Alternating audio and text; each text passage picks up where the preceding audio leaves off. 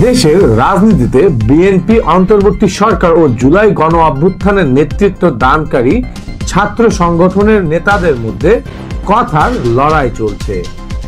এই নিয়ে সংবাদ মাধ্যমে একের পর এক খবর বের হচ্ছে।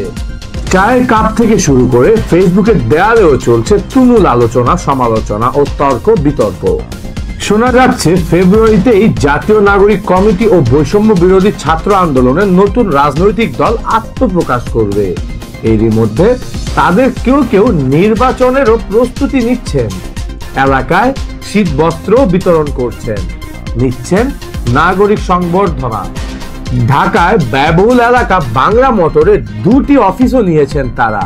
ছাত্রদের এই দল গঠনের প্রক্রিয়া, ফান্ডিং, ত্রাণ বিতরণ এবং সরকারি ছাত্র ছায় দল গঠন তথা কিংস পার্টি গঠন হচ্ছে কি না, এসব নিয়েও দেশের রাজনৈতিক অঙ্গন এখন বেশ উত্তপ্ত। সম্প্রতি বিবিসির এক সাক্ষাৎকারে বিএনপির মহাসচিব মির্জা ফখরুল ইসলাম আলমগীর ডক্টর মোহাম্মদ ইউনূসের নেতৃত্বাধীন অন্তর্বর্তীকালীন সরকারের নিরপেক্ষতা নিয়ে প্রশ্ন তুলেছেন।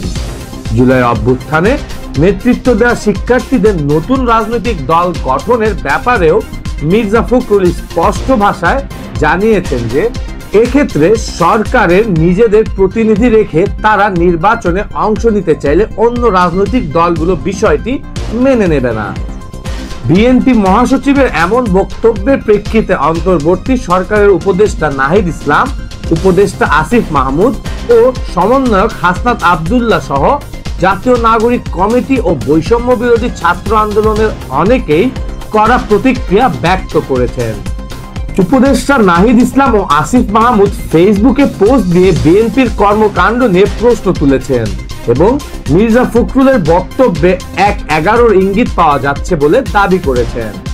বিএনপির সঙ্গে বৈষম্য বিরোধী ছাত্র আন্দোলনের টানাপোড়েনের এই সময়ে বিবিসি বাংলা আরেকটি সাক্ষাৎকার নেন উপদেষ্টা নাহিদ ইসলামের। এই সাক্ষাৎকারেও নাহিদ ইসলাম বলেছেন, অন্তর্বর্তী সরকার নিয়ে বিএনপির কথার টোন আওয়ামী লীগের সাথে মিলে যাচ্ছে। বিবিসি বাংলাকে নাহিদ ইসলাম এও স্পষ্ট করেন যে তিনি রাজনৈতিক দলে যোগ দিলে সরকার থেকে বের হয়ে যাবেন। মির্জা ফখরুল ও নাহিদ ইসলামের এসব পাল্টাপাল্টি বক্তব্যের জের ধরে দুই পক্ষের অনুসারী ও সমর্থকরাও বিভিন্ন মন্তব্য ও বক্তব্য দিয়ে রাজনীতির মাঠ গরম করে রেখেছেন।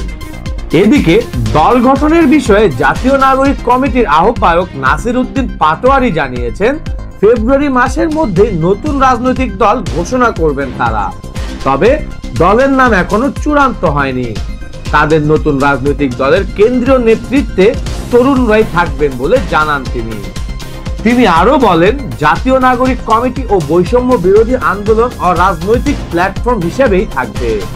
যারা রাজনীতি করবেন তারা এখান থেকে গিয়ে নতুন রাজনৈতিক দলে যোগ দেবেন। অরাজনৈতিক সংগঠন রাজনৈতিক দল গঠন করলে তারা অরাজনৈতিক থাকে কিভাবে? এই প্রশ্নের জবাবে তিনি বলেন, এখানে যারা থাকবেন তারা সরাসরি রাজনীতি করবেন না, তারা প্রেসার গ্রুপের কাজ করবেন। এ নিয়ে নতুন দল কার টাকায় সংগঠন, প্রাণের কম্বল সংবর্ধনা তরুণ শিরোনামে DW বাংলা একটি প্রতিবেদন প্রকাশ করেছে। এতে রাজনৈতিক বিশ্লেষক অধ্যাপক ডক্টর জাহেদুর রহমানের বরাতে বলা হয়, ছাত্রদের মধ্যে যারা উপদেষ্টা হয়েছেন তারা কোথাও কোথাও ছাত্রদের দল গঠনের সঙ্গে জড়িত, এই ধরনের আলোচনা আছে। বিশেষ করে মাহফুজ আলমের, তার তো কোনো ক্যাবিনেট নেই, তার ক্ষেত্রে এই কথাটি বেশি শোনা যাচ্ছে। এই পারসেপশন যখন আছে তখন বিএনপি যদি অন্তর্বর্তী সরকারের নিরপেক্ষতা নিয়ে প্রশ্ন করে তখন সেটা অমূলক নয়। তিনি ছাত্রদের সরকারি প্রটোকল নেয়া, ঢাকার প্রাণকেন্দ্র এবং অত্যন্ত ব্যয়বহুল এলাকায় 2টি অফিসের খরচ নিয়েও প্রশ্ন তোলেন। অধ্যাপক ডক্টর জাহেদুর রহমানের বক্তব্যের জবাবে নাসির উদ্দিন পাটোয়ারি দাবি করেন যে 3 জন উপদেষ্টা ছাত্রদের মধ্য থেকে আছেন, তারা সরকারে আছেন, তারা এখন আর আমাদের সঙ্গে নেই, তারা রাজনীতি করছেন না। একমাত্র মাহফুজ আলম আমাদের পলিটিক্যাল দর্শন নিয়ে কাজ করেন, তাই তিনি মুজিববাদী এবং জামায়াতের দর্শনের জায়গা নিয়ে ফেসবুকে স্ট্যাটাস দিয়েছিলেন। অফিস ভাড়া ও অন্যান্য খরচের প্রসঙ্গে তিনি বলেন, আমরা যারা সদস্য আছি, কমিটিতে আছি, তারাই এখন নিজেদের অর্থে সংগঠন চালাচ্ছি। অফিস ভাড়া দিচ্ছি, আর বিভিন্ন জায়গায় সমাবেশ করা বা ত্রাণ দেয়া বা কোনো সামাজিক কাজের জন্য আমরা স্থানীয়ভাবে অর্থ সংগ্রহ করছি। তবে রাজনৈতিক দল হলে কিভাবে ফান্ড সংগ্রহ হবে তার নীতিমালা করা হবে। নীতিমালা না করে কোনো ফান্ড নেওয়া যাবে না। তবে জাতীয় নাগরিক কমিটির মুখ্য সংগঠক আব্দুল হান্নান মাসুদ বলেন, আমরা ক্রাউড ফান্ডিং এর মাধ্যমে অর্থ সংগ্রহ করব।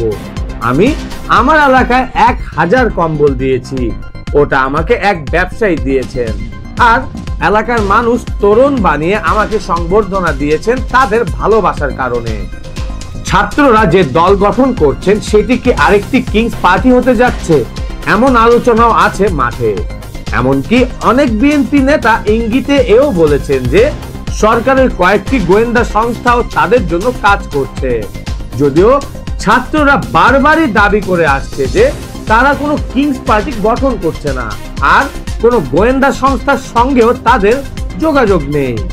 এ বিষয়ে বৈষম্য বিরোধী ছাত্র আন্দোলনের মুখপাত্র আব্দুল হান্নান মাসুদ বলেন, বিএনপি ক্ষমতায় থেকে দল তৈরি করেছে, আমরা সেটা করছি না।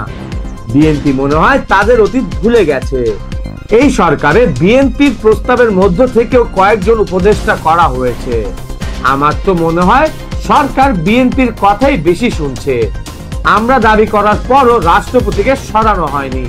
নাসিরউদ্দিন পাটোয়ারি দাবি করেছেন, এই সরকারে যারা আছেন তাদের একটি অংশ প্রো বিএনপি, অনেকেই মির্জা ফখরুল ইসলাম আলমগীর সাহেবের ফ্রেন্ড সার্কেলের।